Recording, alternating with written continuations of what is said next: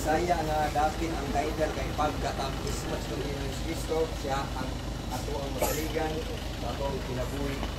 Pagkatapos Bisaya nga dapin pagkatapos verse natay alam ka na verse 1 pagkuman sa verse 1 ato tas coro na rin Bisaya tapos verse 2 tapos verse 4 chorus. Tulog ka verse atong karon verse 1 verse 2 and the last verse Tamis ka saligan si Jesus ka Ginoo lao man ang iyang saad mong saligan na sa chorus si Jesus saligan nato sa pagkagamanan niya bilin mo na Ginoo grasya niya saligan o katangis na saligan. stanza niya sa unang box verse 1 sa kadua kung asa ta nagkanta pinakauna gyapon antod matapos sa to. All the verses kanta to mga kaigsunan. All together verse 1 now. There's a land that is fairer than day, and by faith we can see it afar, for the Father weeps over the way, to prepare us a dwelling place there, in the sweet by and by, we shall meet on that beautiful shore. In the sweet by and by, we shall meet on that beautiful shore. Second verse. We shall sing on that beautiful shore the melodious songs of rest, and our spirit shall sorrow no more. Not a blessings of rest in the sweet by and by, we shall meet on that beautiful shore. In the sweet by and by, we shall meet on that beautiful shore. The last verse, verse 3. To our bountiful Father above, we will offer the tribute of praise for the glorious gift of His love, and the blessings that hallow our days, and the sweet by and by. Katapusan gusa ang tao, samtang napanikalibutan na, dapat masigurado niya na kining pagsaad sa Ginoo ang kinabuhing walay katapusan niya maangkon kay maabot niya ang pinakanindot nga dapit ang gingarian sa Dios. Paano unya na mag-share ana nanong kinahanglan masaktan sa tao nga ang kalibutan dili ni atong pinuy-anan. Ang panadol langit gitanyag sa Ginoo pero napoy impierno nagulat sa tao nga dili mo tuo sa Dios. Gusa nagdepende dai no kung asa ang imong gihandom nga lugar, apan ang mga lugar na agi na sila dalan. Salamat unya ang dalan sa langit, isa lang gyud si Kristo. I-share na sa Pastor Erwin. But before no, walay mag-special, atong pamalandungan ang pulo si Ginoo, atong butangan o atong kasing-kasing abli, atong nahuna, kaya pulo si Ginoo, gamana ni. Pero dili ni mipikto sa tao nga dili gid mo respeto sa Dios o walay pagtuo. Usa I hope nga matag-usa ang damtas pagminaw sa pulong sa Diyos. Akong tawagon na magdala po Pastor Erwin. Mayong buntag, although nga para sa mga parente, anak, morning usa ka butang nga para nato i-consider nato nga dili gyud maayo para sa atong paminaw, no? It is because kay ato mang ihatod sa kinatapusang bahay no nga makit-an ang lawas sa tao. Ako dai si Pastor Erwin. Actually si Sir Rosbilio, kasi mga 3 times siguro or 4 times ay nigo mi siyang anak nakadungog kong daghang mga stories siyang kinabuhi. Labi na dito sa iyang yuta sa Santa Cruz, no? Naa sila yung mga mangga dito, yung anak mag-share sa kuha. Nag-meet me ato, I think way back 2022, sa diha nga nag-house blessings sa silang balay. And pareho niya ni tabian ba, ganahan bitaw mag-istorya. So, istorya mi gamay, no? Pero dili mi pwede mag-uban daw kay basig di namin mga tulog, no? Kasi gila lang mag-istorya. 10 years, ingon siya, 70. And if by reason of strength, usgan pa ka, David fourscore, basig, maabot ka 80. Yet, siya is there strength and labor and sorrow. Kaya ingon sa Biblia, for it is soon cut off and we fly away. Maabot ka 80, cut off niya pa rin mong kinabuhi. Maabot ka sa 100, cut off niya pa rin mong kinabuhi. I think ang pinakatigulang sa kalibutan ko, usa kahapon, 114 years old, 5 ka na. Ngayon na pastor, di na ko gusto maabot og 114 kay basig angu-anguhon ako anak. I don't you know na yung mga tao, lahi sila plano, gusto na 50 na daw ilang tuig. Kay para daw, di na daw sila mubalik sa pagkabata. Ang uban po, nanginguha sila mga higala nga madugay silang kinabuhi. Kay gusto pala ma-enjoy ang company sa ilang family, which is good. Mayo man na. Pero mga higala, ingon sa Bible mga higala, and soon will fly away. I don't know kung nakadungog mo sa mensahe dito sa balay o unsa pa mga higala. But only death is the only way that will usher someone to eternity. Maski pag unsa imbituhon ni Elon Musk mga higala nga rocket o uban pang space shuttle mga lo. But only death will usher a person to eternity. Well, the question is this mga higala, are you ready for eternity? Andam ka ba? Way back 1997, akong giandam akong kaugalingon nga naman. Pwede gyud ko mamatay anytime. You know what mga higala, usahay ang mga tao gisig kayto sa daghang kay mga butang. Preoccupied ka tas tong trabaho, why problema na? Kay ingon man ko nila Pilipino hardworking kaayo. Pero usahay makalimutan mga higala sa pinaka-importante nga pagpangandam sa tong kinabuhi. Mo ang pagpangandam sa eternidad. Karon sa imong kasing-kasing pangutana, bago na ko ihatag ang punto mga higala.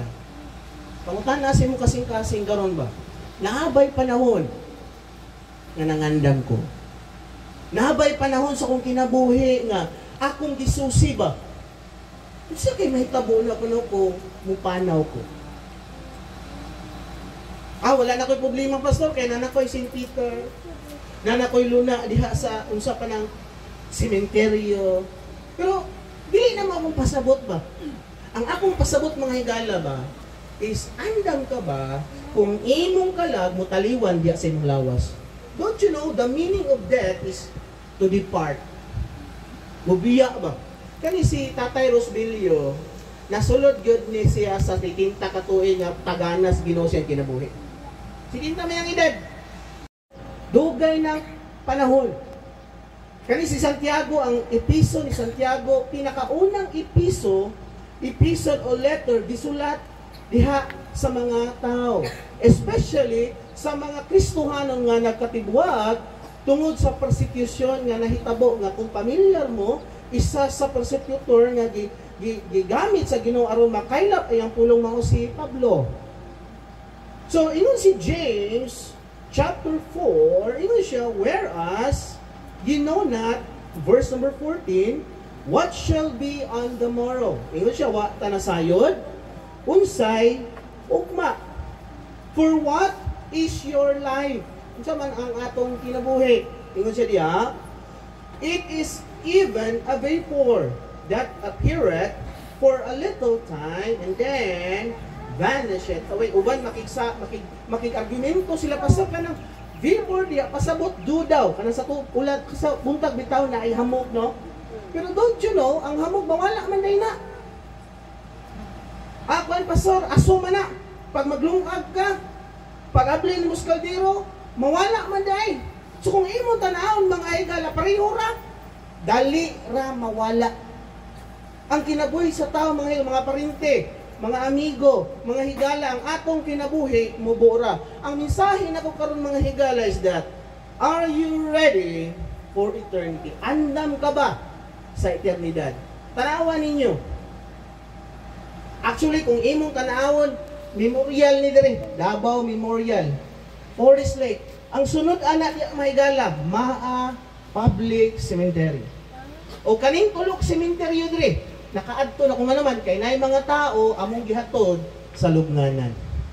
Pero regardless bitaw mga higala o kung say purma, gisunod ba ka anang box diha nga semento, gibutang ka sa ilalom, o gibutang lang ba ka sa pankyon, o gibutang ba ka na mga balay nga gwapo pa sa tong balay?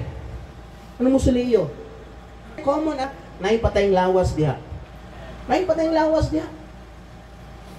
Kung muadto mo diri sa memorial, naay gwapo kay mo suliyo diha. Pero kung pagtanaw nimo, uy, kuan gihapon, naaga po'y pansyon mga higala. So sa may nagpamatuod anak mga higala, is that ang atong kinabuhi, galira. So ang pangutana karon nga buntag, andam ka ba kung matapos ang imong kinabuhi? Kung ang importante sa imong mga higala, unsay makaon nimo sa matag adlaw, unsay sinina, unsay sakyan, unsay status kinabuhi, okay na. Wa ko'y problema mga higala, kanang tanan, dili na makumpara sa eternidad. Karon ray mga higala, nagsalig ka kay may kay tao, ituman kas Ginoo, inani imong estado, pero ayaw kalimot mga higala, nga naapay importante yan, maong gitawag eternidad. Pero mga higala, manaw siya, kay maurag yun yung kinabuhi. But listen to this mga higala is that, naabay panahon sa imong kinabuhi nga nagunahon na kaunsay naa sa langit. Pastor, depende naman sa Ginoo. Daghan kay kog mga tao na istoryana. Pastor, depende na gid sa Ginoo. Kung depende sa Ginoo mga higala, wala na utan ni si Kristo. Wala na utan siya namatay dito sa cross. Wala utan sa gipurong-purungan. O tulok. Wala utan sa giluwaan, gisumba, gisipa, o gituslok iyang kilid. Kung depende raman di ay. Katong tanan mga higala, giantos ni Kristo nga naman. Gusto niya ang tao makapangandam sa eternidad. You know what mga higala, si Tatay Rosbilio, na dito sa langit karon, di na siya ma-experience o kapait. Di na siya maproblema, unsay kauno niya. Kaya di naman siguro tagutumon dito, kay perfecto naman ang lawas dito. Ingon to, isa ka ba student na estudyante na pastor, pastor, naapoy pagkaon dito sa langit, pastor. O grabe ka, kaon, yun yung ginauna, yun. Kung pag-andam rad, pagkanta permi kay, masigsigir pagkanta dito. Anak ko nga na, mag-inisulat sa Biblia ba, nga na dito ang prutas sa katong, the fruit ba, nga daghan, itong kahoy nga nagagunga, na, sumir kaon dito, eh. Yung naman mo kaon. Wala na kasakit dito. Why hospital dito? Why lingap dito? Why DSW dito? DSWD, wala dito ang opisina ni tulong. Ug tanang mga tingog party list, damper party list, ug tanang mga party list, why party list dito? Nga naman, wa na'y kamatayon dito. Di na ka mamatag sa'yo para mulinyo ka sa Marino party list. Wala kay bills bayaran dito. Dili na ka mag-bill dito og isa ka gabi 100,000. Dili na ka mag-bill dito. Wala dito. Dito sa eternidad mga higala, wa na'y kasakit dito. O salamat sa Ginoo, wa na'y utang bayaran dito. Ngano man pastor, ang atong utang gibayaran na ni Kristo. Paid in full. Why balance? Gibayaran ni Kristo. Mga higala, gusto na ko mga higala ba nga imong hinumdumon karon nga adlaw sa imong pagtan-aw diri unya itunod naman dito. Ang uban maglabay bulak, mutsabaw ang uban, muhilak ang uban di lang kay mukusog ihilak mo tulo lang. Pero mo nang realidad sa kinabuhi. Pero salamat sa Ginoo mga higala kay kani si Tatay Rosbilio nangandam daan ug mituog yung mga higala nga nasa gingarian sa Dios. Ikaw ba? Why? Ingon si Jesus Christ anak. Romans mga higala, ingon sa Romans chapter 6 in verse number 23, for the wages of sin is death, ang bayad sa sala kamatayon, pero siya, apan ang kinabuhi. But the gift of God is eternal life through Jesus Christ our Lord. Wala yung through Mary, through pastor, o through unsa pa na diya. Ingon sa Bible, through Jesus Christ our Savior. Kung nagsalig pa ka sa tong reliyon mga higala, di ka makabot sa langit. Pero si Tatay Rosbilio nagsalig ni Kristo na mawang dalan, mawang kinabuhi, o mawang kamaturan. Mao na karon, lawas na lang yan eh. Sa panahon nga ni Piyong iyang matas kamatayon, niadto siya sa langit. Wala din, patay lawas na lang eh. Pero ikaw, buhi pamangga. Pangutana ba? Sigurado ka ako? Abot ko sa langit kung naka ito. Sama sa kong gishare ninyo sa una. Way back 1997, na ako'y teacher sa Sunday School sa una, sa Ate Chris Diwan. Dako kayong babae, oy. Namatay po siya kay. High blood siya, diabetic po siya ba. Mga kilala ka to dito sa Sabuanga. Si Bugay, Ipil siguro na yan. Diha sa Atbang sa NCC, na-building niya. Villa Josefina Building. Dito sa second floor, nag-story siya bahin sa Osaka. Bata nga nakapadpad dito sa Osaka missionary nga lugar. Kaning bata na siya sakit makatakod. Muna ang mga tao silang village. Hawaan na siya diri. Hawaan na si Suyong. Si Suyong gitulak siya siyang mama sa bangka, mga gibaunan siya isa ka manok. Gitulak siya sa dagat kay makatakod lagi ang sakit. Walang niya damahan niya, abot sa Picas Isla na yung mga missionary dito. Nakadungog siya sa may balita ni Kristo. Kung nailhan niya si Kristo. O katungtak na mga dito, kalimot, bata pa kayo ko, nagtuyok miglingkuran na nagagmay. Ingon akong teacher sa una nga, init ang imperno. Kung nag-decide ko, di ko gusto matong imperno, kay init man dito. Ingon akong teacher, kung imong saligan si Kristo, imong tuhan nga siya lang nga matay, gilubong na banhaw, salamat sa Ginoong mga higala, namatay si Kristo, gilubong si Kristo, pero wa siya nagpabiling, patay. Ingon sa pagabot sa tulok adlaw na banhaw siya. Ay, gano'n naman mo diri. He is risen. Banhaw si Kristo. Muna mga higala, ingon si Jesus Christ, I am the resurrection and the life. Ingon si Kristo na. Ug ang tanang mamutuon ako, dili siya makahagom og kaduhang kamatayon. Naa siya kinabuhi. Mga higala, mga parinti ni Brother Mark, ni Loloy, siyang asawa. Ingon sa Bible dito mga higala, unang Juan 1:12 ingon siya, but as many as received Him, to them gave He power to become the Son of God, even to them that believe on His name. Di na ako lang ngayon mga higala. Okay, sa makausap na yung buntag sa tanan. In behalf sa akong mama, sa akong igsoon, sa mga auntie, igsoon sa akong papa, o uban pa, no? Relatives sa akong mama. Daghang salamat, no? Uban mo sa paghatod sa lawas sa akong amahan, kung among head sa family. Salamat po sa Ginoo. Salamat Pastor sa mensahe, sa pagpahinumdom sa atong kinabuhi matod sa Biblia sa Ginoo. Salamat sab sa mga higala nga naa diri. Higala sa akong amahan.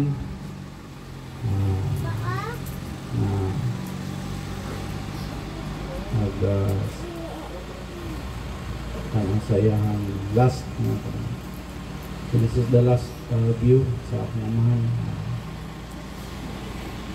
Pasalamaton ko sa Ginoo kay tinutong waling pastor na there was one sa kinabuhi na nakaka-plug siya sa kaluwasan. So ano magid no this is life no mabiya magid ang pagwawat ang panahon biya pud ta. So as mining nauna ang akong amahan kay wala na siya no kanang wala pag-antos mo no Man na siya. Hayaan ka na. So, blessing ka na pamahagi. Ay kasubo, pero apoy kalipay sa laing bahay. Ito lang, dagang salamat sa tanan. Mayong udto sa tanan. Ako ang Mr. Alan, si Mercedes Alan. Salamat po sa tanan nga tambong diri.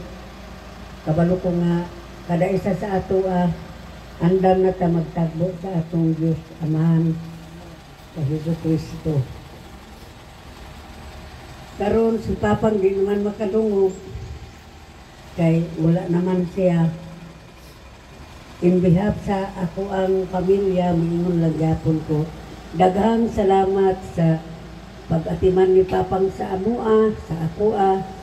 Nagpasalamat ko sa Diyos sa gihatag nga akong bana o anak, amahan sa akong mga anak. Nagpasalamat ko sa inyong tanan, sa inyong concern. Mura na akong masulti. Pang, bye-bye, I miss you. Salamat no. O karon pwede kuan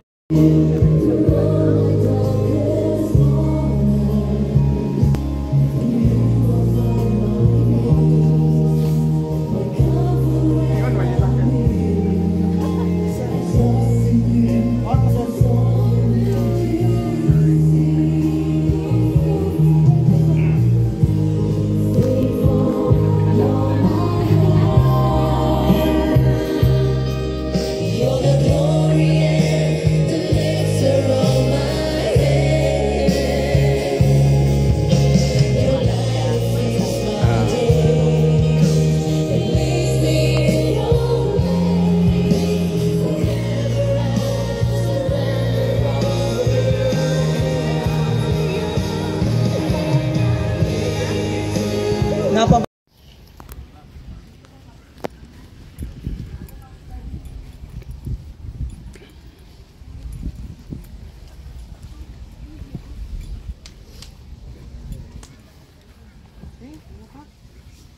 Verse sa Bible, ang kampo ko, hindi. Atong sa sinuto si Brother Mark, patras pa ng tubig sa mga sakinan. Nagawa ng anak.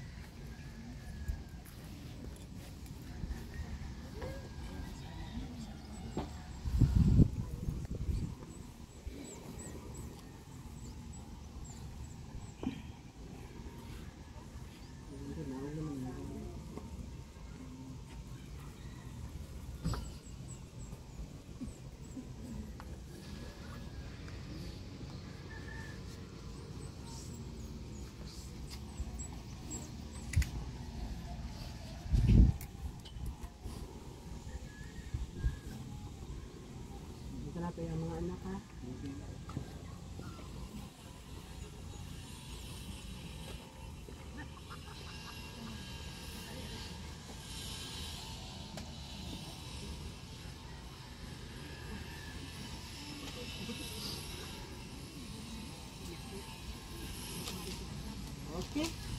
Magbasa ko, and then mag-ampo din ko, and then pwede na natin itulog si Serus Belio. Ingon sa Biblia, Psalms 116 in verse number 15, ingon sa Biblia, precious in the sight of the Lord is the death of His saint. Mag-ampo ko, kanimo Diyos, labing gamahanan, amahan, Ginoo, luyo Ginoo sa kasuluban sa family Alan, Lord God, at Ginoo nga naay langit, luna, imong giandam para kaniya tungod kay sa buhi pa siya, na siya relasyon uban nimo Lord God. Yan Ginoo, once again sa mga parinte, labi na siyang asawa, yung mga anak, parinte. Salamat Ginoo sa pagigduyog sa inani nga panahon. Lord, among ikomitar Ginoo patayng lawas ni Sir Belio. Sumala si mong pulong ang abog mo balik sa abog. Dalaygong ka Ginoo siyang kinabuhi. O tanang himaya Ginoo among balik na kanimo sa ngalan ni Jesus. Amen.